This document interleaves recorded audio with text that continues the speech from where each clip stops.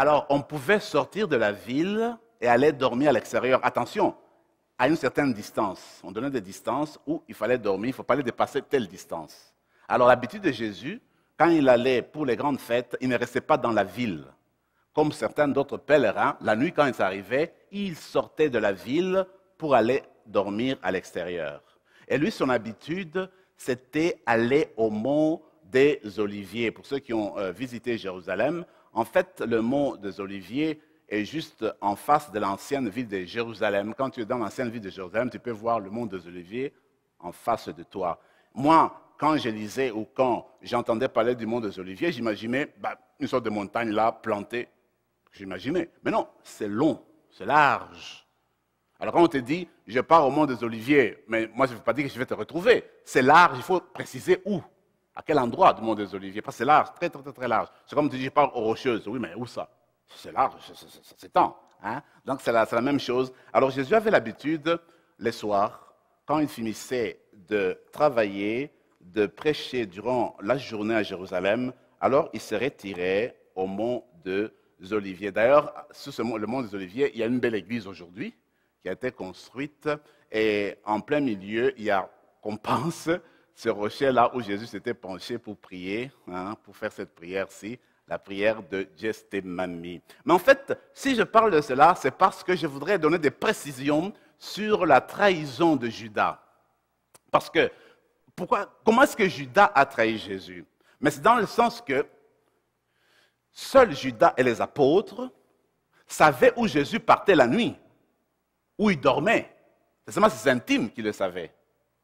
Et puis, je le dis, quand tu dis que Jésus dormait au mont des Oliviers, oui, mais c'est où? C'est large.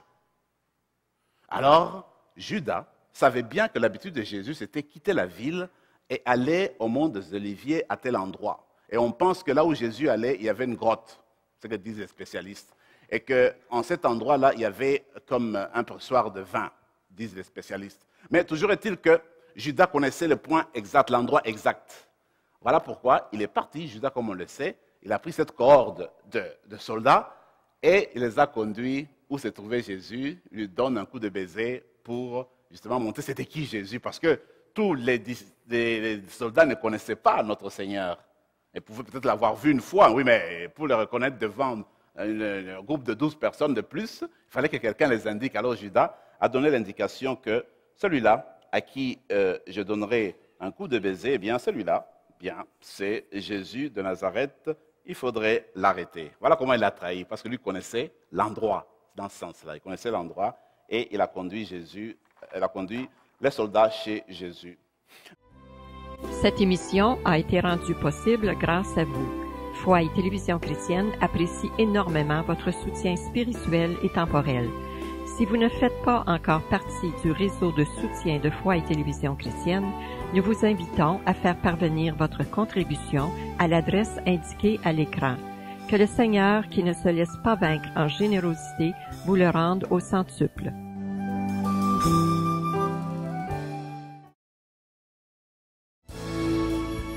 Une consolation éternelle et une bonne espérance. Dans cette nouvelle série, l'abbé Daniel Berniquet, vicaire épiscopal, encourage à choisir et à semer largement dans l'espérance, ce qui demande un surcroît de foi. Ce n'est pas refuser de faire face aux problèmes, mais c'est choisir de faire confiance. Ne tardez pas à vous procurer ces 3 DVD en faisant parvenir votre chèque à l'adresse indiquée à l'écran. Voyez-vous, notre Seigneur alors arrive au mont des Oliviers. Alors, d'habitude, quand il partait, c'était la nuit, et puis il se reposait. Peut-être qu'il priait un peu, mais il dormait.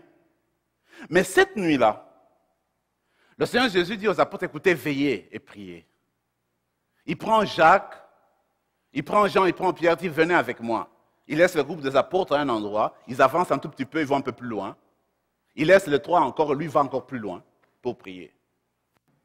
Alors, quand on se pose la question, maintenant, on se dit, mais qu'est-ce qui s'est passé? Comment ça se fait que lui qu'on connaît dans l'Évangile, par exemple, vous vous rappelez, quand il guérit la belle-mère de Simon-Pierre, au début de son ministère en Galilée. Alors, toute la nuit, on raconte qu'il a guéri les malades, il a prié sur les malades, il a prêché. et il est parti se reposer. Mais tôt le matin, dit le texte, le Seigneur se lève, il va dans un endroit désertique pour prier seul. Et puis nous savons aussi que dans l'évangile de Jean au chapitre 6, la multiplication des pains, notre Seigneur prêche sur la multiplication de pain, et puis il fait la multiplication de pain. Et ensuite, quand les gens sont contents qu'ils ont mangé, eh bien, le Seigneur va se retirer seul dans la montagne pour prier. Il n'a pas dit, Pierre, Jacques et Jean, venez avec moi, je vais prier. Seul, il est parti prier. Alors tu as des endroits comme ça où notre Seigneur prie seul dans le texte biblique, où il avait besoin d'entrer en communication avec Dieu. Mais regardez ces jours-là, il sent l'obligation, la nécessité, le besoin de prendre avec lui Pierre, Jacques et Jean pour aller prier avec eux. Malheureusement, les apôtres dorment. Ils sont fatigués de la nuit, de tout ce qu'ils ont mangé. Ils sont fatigués. Alors, lui, il est encore réveillé, il veut prier. Mais en fait, il y avait quelque chose qui le préoccupait. Quelque chose qui le préoccupait. Moi, je pense que le Seigneur avait besoin d'appui. Il avait besoin de soutien. Il avait besoin de personnes pour l'accompagner dans la souffrance qu'il vivait à l'intérieur. Parce qu'il réalisait en fait qu'il était à la fin de sa mission. Il avait ce qu'on appelle la souffrance morale de constater que l'un de 12 allait le livrer en fait, allait le trahir. Et il portait tout cela. Et puis il voyait que bientôt, ce sera la fin, il serait arrêté. Et va passer par des souffrances atroces. Et tout cela, c'était pesant sur lui. Il avait besoin des amis intimes pour l'encadrer, pour prier avec. Il avait besoin de support, de soutien. Voilà pourquoi il a pris Pierre, Jacques et Jean pour prier avec lui. Et ces gens-là, on sait qu'ils ont connu notre Seigneur de plus près. Ils ont été des témoins de la transfiguration, vous vous rappelez.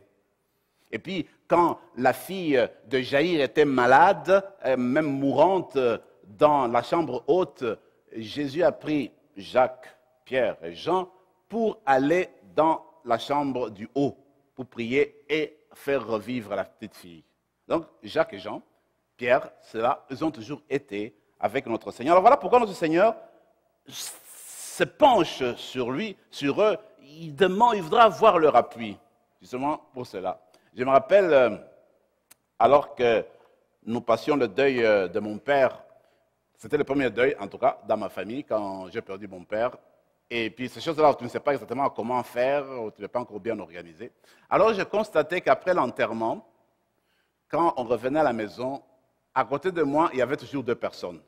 Je vais à gauche, les 2 personnes me suivent. Je vais à droite, les 2 personnes me suivent. Je me disais, qu'est-ce qui se passe? Mais finalement, j'ai réalisé, et j'ai découvert beaucoup plus tard, que c'est ce qu'ils font.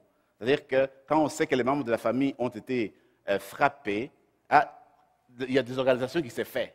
Alors, on demande à une ou l'autre personne de veiller sur l'autre. Il faut le suivre partout. Il ne faudrait pas qu'il aille faire des bêtises là. Il faut être avec eux, le soutien, continuellement, voyez-vous. Alors, je pense que le Seigneur avait besoin de personnes pour rester avec lui durant ce moment difficile. Il avait besoin de cela. Regardez que ce sont les personnes, comme on dit, l'amitié, on la reconnaît surtout dans les souffrances. Hein? Ce n'est pas quand on connaît la vie rose que les gens viennent nous saluer tout le temps, qu'on peut nécessairement dire que ce sont les meilleurs amis. Mais plutôt quand on commence à se dégringoler, quand tout commence à dégringoler dans nos vies, mais qu'on voit des gens qui sont toujours là, on se dit, tiens, ceux-là m'ont vraiment aimé. Dernièrement, on me disait qu'il y a un ami qui avait une sœur de 60 ans, et puis des voleurs sont partis dans la maison, la sœur n'était pas là, donc cette dame n'était pas là. Alors des intrus ont pénétré dans sa maison, ils ont pris l'ordinateur, ils ont déplacé des tiroirs dans sa chambre à coucher, ils ont pris certaines choses importantes dans la maison. Elle, quand elle est arrivée le soir, dès qu'elle est entrée, tout de suite elle a vu qu'il y avait des gens qui étaient venus entrer, et puis elle a vu qu'elle avait perdu des choses importantes de sa maison. Vite, comme elle vivait seule, elle a téléphoné à son frère, écoute, voici ce qui vient de m'arriver. Son frère a dit, écoute, je viens tout de suite. Et cette nuit-là, son frère est resté dormir chez elle. pour l'encadrer, pour rester avec elle, pour l'aider à passer ce moment difficile. Voyez-vous, notre Seigneur, comme personne humaine, avait besoin du soutien. Voilà pourquoi il demandait à Pierre, Jacques et Jean, pour l'assister et pour être avec lui. Il y a ce bel exemple de Jésus qui meurt sur la croix. Regardez, on dit que, nous le savons, dans le texte, les amis intimes, les apôtres, ils sont tous partis. Alors, le texte des gens dit, en dessous de la croix, au pied de la croix, se trouvait la mère de Jésus. Se trouvait la sœur de la mère de Jésus, qui s'appelle aussi Marie. Se trouvait Marie-Madeleine. Et celui qui raconte, c'est l'évangéliste Jean, et Jean était là. Et Jésus regarde et dit, mère, voici ton fils, voici ta mère. Mais en fait, qui était au pied de la croix? C'était des intimes de Jésus. C'était ceux qui étaient là pour l'aider à passer ce moment difficile.